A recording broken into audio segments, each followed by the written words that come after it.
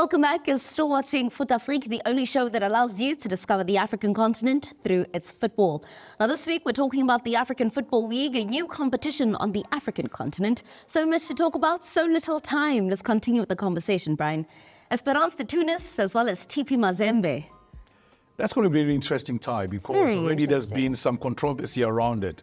You know, VAR is supposed to come through. There are stories around VAR not being allowed. They have to play that game away. Esperance not happy at all because they feel that they have lost an advantage of playing their match in their own backyard for the fact that VAR, you know, and they're not allowed to do what they want to do. So that for me is very tricky. First leg being played in Tanzania. When it comes to TP Mazembe, obviously because it was said that CAF officials and equipment was not allowed into Congo.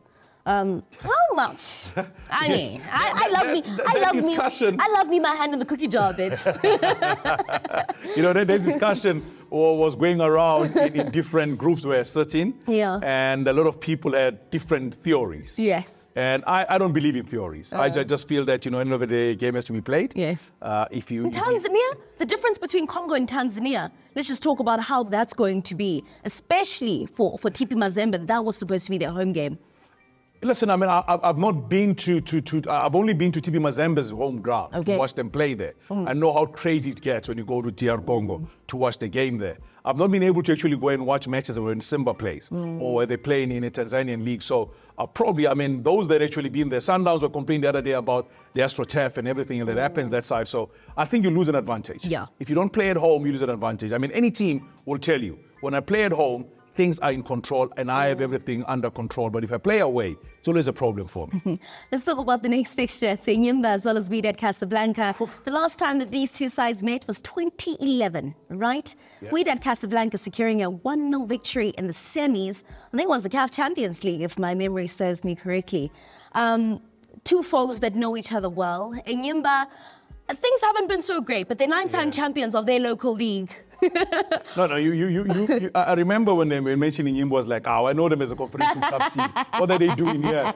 You know, they want to bounce with the big boys. So I did say that. If you look at it overall, I mean, if you look at the last 4 editions of the CAF Champions League, it has either been Al Ahly or Wydad winning it. So you already know Wydad have upped their tempo. They are really sitting right there amongst the best on the continent. So that's going to be a big game for them to see how they're going to be able to fare against Enyimba. Enyimba team is coming now as more of an unknown entity. Absolutely. Given the fact that they've been absent at this level of football on the continent.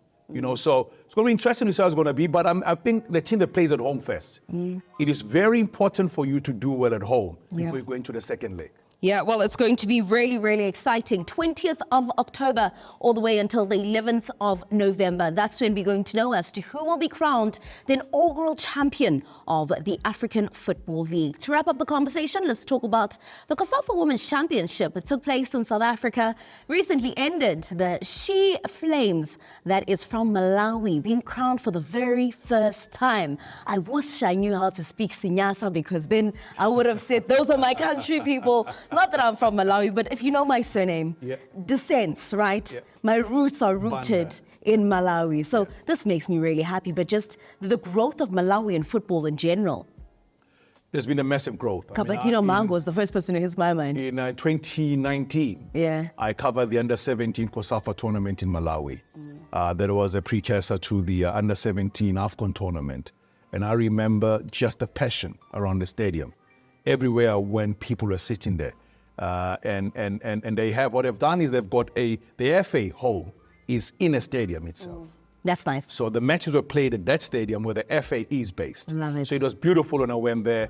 And they were talking about all dignitaries are there, right? Yeah, progression of football in Malawi is huge. Also saw the president was there to celebrate with the ladies when they won the competition. Temwa Chawinga been there. Tabita was not there. Tabita's the older sister. She was one of the best scorers in this competition in 2017, I still remember.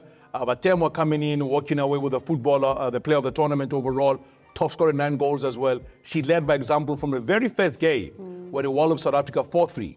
To the 8 goals they scored in the second game, to how they got themselves into the semi-finals, to how they grinded results in the semis and the final itself for them to be crowned champions. It was no mean feat. They actually did it so beautifully so that they proved that they're just not going to be there to wake up numbers. When you saw the group, you thought South Africa, Malawi, South Africa literally go through. But South Africa got knocked out in the group stages. Group A, that was. Because Malawi was there. Yeah. Malawi marched on to the next round, and they won all their 3 matches in the group stages. Yeah. Something unheard of in the longest of time. Clinical. And Temwa was absolutely brilliant in the tournament overall, and deservedly so they're the champions of the competition, defeating the reigning champions, who were Zambia, in the final by 2-1. But it was beautiful to see VAR. I was about to say, when we talk about women's football, we talk about inclusion and also, in a way, making it equal and the same, and a mirror image as to what happens in the men's game. Just your thoughts on VAR being implemented in the competition. Beautiful. Some people will actually say, when a goal was scored disallowed because of VAR, I say we need technology because we have seen so much controversy from the refereeing department. Yeah. I want to say so much more, but we really can't. We're out of time, Brian. Can you believe it? They do say that time flies when you're having so much fun. But that is the COSAFA Women's Championship 11th edition, done, dusted, and in the bag. It is Malawi who walked away as the champions. South Africa probably upset that they didn't win it for a record of 8 times. But if you ask people who love women's football, they're really happy because this is progression of the women's game. It is a story that you can't script because it has to play out on its own.